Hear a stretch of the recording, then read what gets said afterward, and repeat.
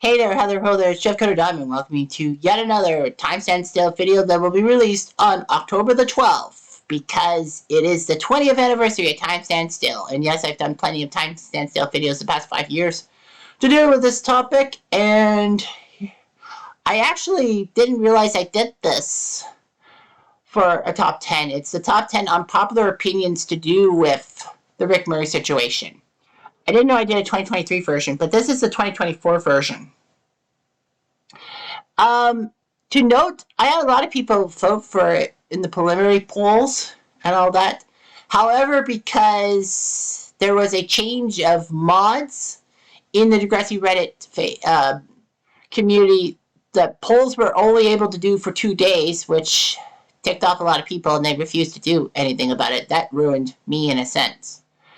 There were people who voted for it. There were some votes, but it just wasn't as high as I thought there would be. But nevertheless, I have to go on with things. And you will see the preliminary votes and the actual votes at the end of this video. Alright, so yeah, I didn't know this was the top 10, but this is the top 10 2024 version. So I went through every video on my Rick Murray storyline, and let's see, duel, Cutter, Degrassi, unpopular opinions. Yes, I am that guy. That was annoying you for a good year and a half. But anyway, yeah, so I picked the ones that made sense. There were some duplicates, so I went with the most recent one. I know all that and linked it. Alright, so here we go. So there were 2 polls of 5, 1 to 5 and 6 to 10 at the end. So yeah, there was a tie for 9th. So I'll break the tie myself. Okay, so number 10, the number 10 unpopular opinion is Radich did have the right idea for PR, but the wrong execution. It's like talking about Emma. It's like Emma has her heart's in the right place for trying to help Manny out with her problems, but she just executes it wrong. Bad friendship. I know. I'm doing this with a cold. But regardless of that, like, Radich, like, I understand it. And people hate on Radich and all that to do with the Rick situation. And I don't blame him.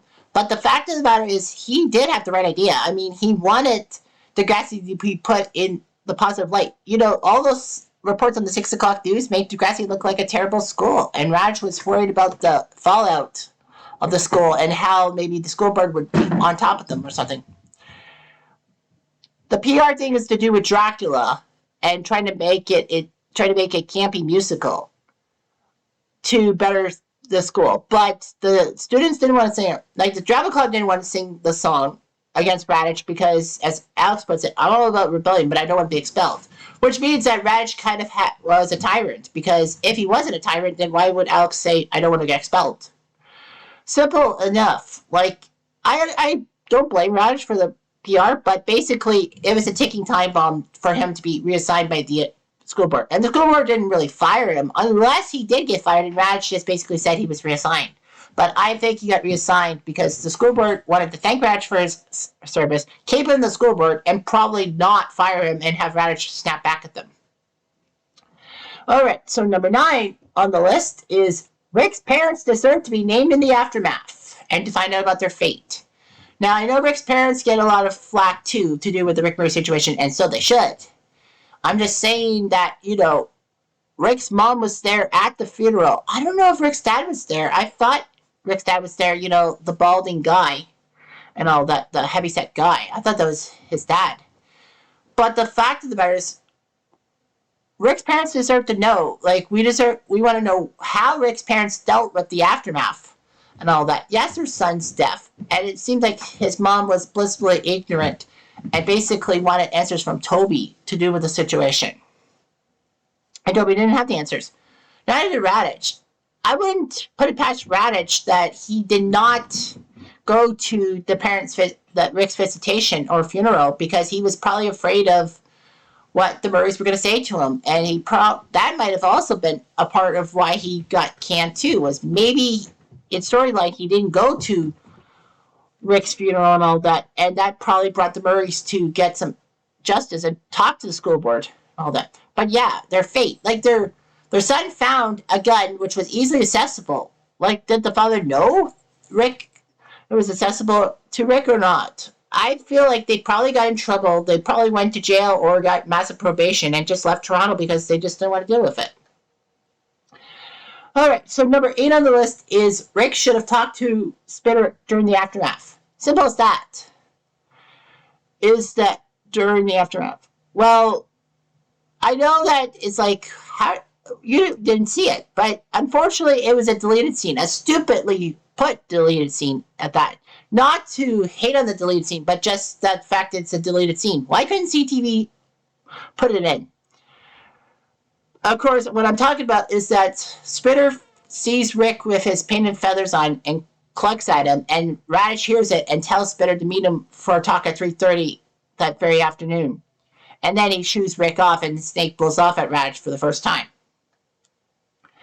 But my point is, I wish that Radish had actually realized he was supposed to talk to Spinner about the other stuff. I'm sure Spinner probably would have confessed his guilt and probably implicated Jay.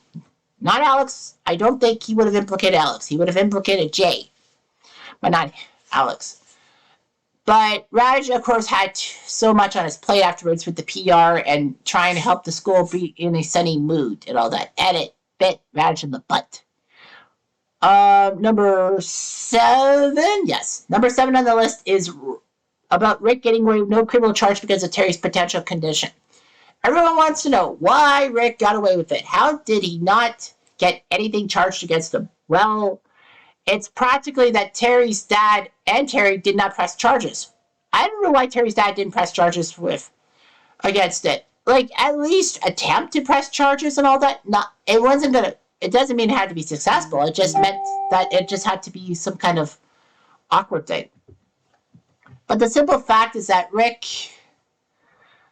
got away with it. Well, Terry's condition, maybe they thought Terry had brain damage or something, that she was not a reliable witness, and Rick couldn't get away with it. But I think Rick probably would have found a good lawyer, and basically Rick's parents probably would have got him out of it, and basically have that whole Norma Bates, creepy vibe with Rick's mom and Rick, and all that. I just wish Terry's dad or Terry put themselves in the risk. And at number 6 on the list, missing the top 5, was Rick's death actually helped the school and some characters. So the fact of the matter is that, well, when I did the unpopular opinions, I think it was the top 5. I have to just take a look for 1 second. Okay, yeah, there were 4 preliminary polls times 4, so there were 16 potential ones. And the top 2 in each one were 8, and then the top two third places would get in with the 10s and all that. But yeah, I'm surprised this didn't win any of the polls. But anyway, Rick's death actually helped the school and some characters. It's a very popular, controversial, unpopular opinion of mine. Number 130, I think it is. That, it helped because Rick, if he was alive and he was put on trial, Degrassi would have been in deeper trouble. Rick would have spilled his guts about how the school bullied him, and Spinner, Jay, and Alex's roles in it, Jimmy's role in it. Basically, those characters would have got a lot more trouble than it seemed. Yeah, Spinner and Jay got expelled, but Spinner and Jay would have got criminally involved, and then the shit would have hit the fan. But yeah, it's kind of awkward, Rick's death helping the school and the characters, because it got them less trouble than they were in. Paige probably would have gotten some flack. Emma would have gotten some flack. Raj definitely would have gotten a lot of flack. He might not have even been at reassigned. He would have been fired on the spot. But the fact of the matter is that Rick in death actually helped out, because Rick, by living, would have brought some problems. But that's just me. Okay, so let's go to 1 to 5. I know only 10 people voted, and there were ties for 2nd and 4th. So, of course, it's up to me to vote, to decide on my own accord. So, let's see. This is a trouble.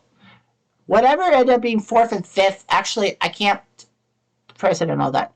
How do I decide this? Delete. Okay, let's go with number 5, is Rick should never have believed Spinner and Jay's BS twice.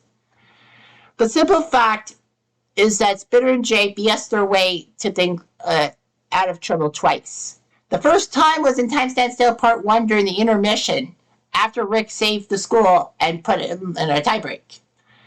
Jimmy and Rick talk to each other, and then Spinner and Jay enter the fray, and then Jimmy walks out of the bathroom, and then Spinner and Jay decide to talk to Rick, saying that you're saving the school. If you're smart, you're great, everything's cool. Rick feels happy. He's going to do the tiebreak. They convince him to do the tiebreak, and then Spinner and Jay then do the concoction and all that. I'm actually surprised no other students were in the bathroom at the time and all that. But still, yeah, they did the concoction that Alex used to paint and feather Rick, and, to make sure that Rick did not have any clue that it was Spinner and Jay. And, of course, let's not forget the bathroom scene when Spinner is upset, saying that Raditch knows. Of course, if you look at the deleted scene, you know that Raditch kind of wants to talk to Spinner for a 3:30 talk. But if you don't watch that deleted scene, you're practically seeing that, Spinner is in trouble because, he stupidly decided to tell Jimmy about the prank and, all that in Time Stand Still Part 2. And then, they have that fight. And then Spinner figures that Jimmy's going to narc on him. So, Rick was found out because of the painted feathers in the sink and in the stall. And then Spinner and Jay basically concoct a story to blame Jimmy for it. Now, of course, they're pissed off that Jimmy left them. That was another key unpopular opinion I did, was the modus operandi. That they had an idea. Because Jimmy was on the bully side, but he got switched to Rick's side, and basically they were pissed off. I think Spinner and Jay were not happy that Jimmy switched sides. So they blamed Jimmy, wanting to break off their friendship, not knowing that Rick had a gun, mind you. And then, of course, Rick shot Jimmy. And, of course, Spinner felt guilt and tried to confess this thing, but Jay basically told him to shut it, and it didn't come out for 3 months. All right, so at number 4 on the list is the fact that the deleted scenes involving Raditch would have added more credence to the story. Now, there was a key deleted scene from Back in Black. From Back in Black that saw the fact that, they were discussing about the role-playing dice and all that. But the simple fact is that, 2 massive deleted scenes should have been in the main product, especially that. So anyway, the first massive deleted scene involving Raditch was in Mercy Street, when Marco and Alex try to tell Raditch it's a bad idea to let Rick back, and all Raditch says is that Terry's at a private school, can't talk about what matters, and basically, to the best of my knowledge, there have been no criminal charges, so what am I going to do? And Alex thinks it's for the GPA, and also that, he abuses women and all that, and all Raditch says that unless someone gets criminally charged, he or she will study in my school, like it or not. And then Marco and Alex leave, and they're not pleased with it. That's why Marco basically says, "You're a smart boy, Marco," mocks Raditch. And of course, Raditch screwed up. But, when you look at the deleted scene, is Raditch trying to deflect blame? I don't know. And then, of course, that second deleted scene, I did talk about that when I talked about Spinner. Raditch should have had that talk with Spinner. And it's when, after the fight between Spinner and Jimmy, for some strange reason, they were walking together alongside Craig, not going to the office. Excuse me. The fact of the matter is that, they see Rick painted and feathered, and Spinner can't help but cluck, and then Raditch blows off at Spinner, and then tells Rick how bad he feels about Rick being painted and feathered, and said he can go home and all that. Snake says that's a bad idea, and Raditch says he can't do any more harm if he's not here. And basically, Snake goes at Raditch's head, and Raditch basically said this is not preschool, and daycare, I should say, and make friends not part of the curriculum. Although preschool would have been much better. Which means that Raditch misses the point. Is that he's saying something about friendship. Friendship, my ass, that doesn't mean anything. Okay, so number 3 on the list is the one that I didn't vote for, that tied for second place. And that's the students deserve more blame for the Rick situation. I know you can say that, lots of people should have more blame. Raditch should have more blame. The school board, Not really Paige, not really Emma. Spitter, probably the staff, including Simpson. But yeah, the students deserve more blame. They pushed Rick over the edge. Like, if Rick had gone to a different school right off the bat, then, the students wouldn't be such a prickish. But with Rick standing his ground, the students were more and more pissed off. Now, I can sympathize with the students because, Radich didn't do a damn thing about it. He didn't even do like a announcement over the video system or even an assembly to explain why Rick's back. If he had done that, I think those are donuts. If people went bananas with Rick coming back, then Raj at least clears his bases, and it's not his fault. But yeah, the students were upset. Like, the staff weren't doing anything. You look at the staff members, they don't intervene with Rick being harassed by the students in some of those scenes, except for Quan telling Spinner to go to the principal's office for throwing something at Rick during a poem. But the fact of that is the students were not going to rest until Rick was out of the school. That's fair, and they felt like mob justice, and the fact that, if you won't do this, then we'll take matters in our own hands. Like, I get the students, but there's a right thing and a wrong thing to do with it. Okay, number 2, with who I pick at number 2 is Emma's clingy girlfriend and friend face was due to the storyline. Now, of course, in the 3rd episode, I can't remember which one it was. I versus I against I don't know what the episode title was called. In the subplot, Emma was, Emma and Chris had broken up over the summer, and Emma wasn't sure about things. And then Manny shows Emma Liberty's notebook about Chris. So she figures that Emma now wants to go with Chris. So Manny wants to help Emma get Chris back. But then Emma basically says that she just doesn't want Chris with Liberty because what will that do about her reputation? And Manny says, wow, I can't believe you said that. And it's like, Emma cares about this? Emma doesn't really care about what people think of her. She does these stupid causes, in a sense. She's a cause girl. She doesn't care what people think about it, even though that it's negative. I think that Emma being of the glow up and thinking she's better than Chris kind of blew up at her. Manny and Liberty break off with her as friends, rightfully so. Emma deserved it. And Emma was just practically a ball by herself. Like, she didn't have an active boyfriend and she didn't really have much friends. I don't think Liberty and Manny really talked to her before Emma almost got by Rick. Thanks to Sean, she didn't. She survived. And all that. But yeah, Emma wanted to cling on to Sean. Like, we could see it in Back in Black. She was upset that Sean wanted to stay at Wasaka Beach. She wanted to fix things with Sean. Sean saved her from a gun. Like, honestly. Would you not want that? I mean, Sean saved your life. If it wasn't for Sean, who knows? Maybe you're dead. Maybe if Toby had done something, it would have helped Toby's character in a sense and not made him the loser that he seemed to be after season 4.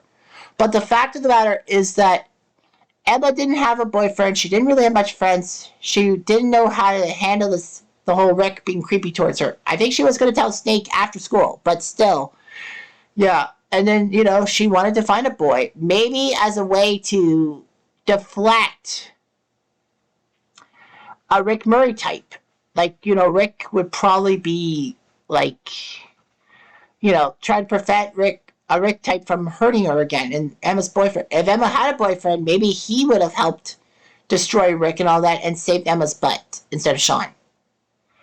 And, she didn't really have much friends. I mean, the school kind of shunned her after protecting Rick and all that. She just had the company of the Quiz Bowl team. That was practically all. And Emma realized it and needed to stay close to her friends and a boy. That's why she went cuckoo bananas in season 5 over Manny staying at her house. Like, she went nuts in that situation. And then, the whole thing trying to keep Manny with her in season 6 after the JT situation. And then you got yourself the fact that, having Manny and Liberty live in the same dorm as her in season 8. And, once Manny went to Hollywood and Liberty went to pre-med, pre-law, Emma was by herself. And Kelly, left for the Yukon. So Emma, if she was still in school, which I don't know if she was, I think she was. She still was. But Emma was all by herself in that dorm. Would they have brought more people into Emma's dorm, or would Emma have to move out and into someone's dorm? She was all by herself, and she felt like her friends betrayed her. And being a clean girlfriend, like she wanted somebody around that. How else do you explain she wanted to be with Peter in season 5, even though Peter put Manny in a bad situation? How else do you explain her being with Sean in season 6? Like, Sean goes to the army and Emma was trying to grasp her straws, trying to keep Sean, even with correspondence. And her going after Damien in season 7 and Kelly in 8 and 9. Say what you want, but that's what it is. And number 1 who won the poll was Emma and Toby both had missed PTSD storylines in the aftermath. You could argue that Toby kind of did. But the fact of the matter is that no, it's not true. Like Toby, yes. We talked about it in Back in Black, the subplot. About him dealing with the fallout and JT and Danny basically telling him off, saying, why were you friends with a psycho? And Toby's like, I didn't know he was going to do this. So then, he's trying to defend himself, and thankfully Manny tears JT a new one, and JT draws himself closer to Toby. But, Toby must have felt terrible. I mean, he was there when Rick drew the gun towards Emma. And Toby, I think, was trying to stop Rick, but he didn't do a good job of it, unlike Sean did. He was there when, Sean and Rick wrestled for the gun and Rick got shot, and Sean just got residue on his arms. That's why he had a bandage on his arm. But yeah, Toby being, upset that his supposed friend would do such a thing. I'm kind of upset that Toby was towards Rick because obviously Toby would have known about Rick in the situation, but because Toby was abandoned by JT, he probably felt like he needed somebody. And what about Emma? Oh yeah, definitely. Emma's PTSD may have been talked about in Secret, but what was after Secret? After Secret, what did we know? They tried to get the Rick Murray storyline out of focus. But you could see that affected Emma. Emma didn't want to talk about the situation, but Emma had PTSD. She had trouble dealing with things and all that. That was what she was spiraling. She seemed fine for a few episodes, but then the truth comes out. Emma had the perception that she could bounce back from everything. Everyone else knew that. But unfortunately, Emma had a situation she could not control, and that's practically how Emma fell flat. And it's her eating disorder in season 5 and all that, all the things that contributed to it.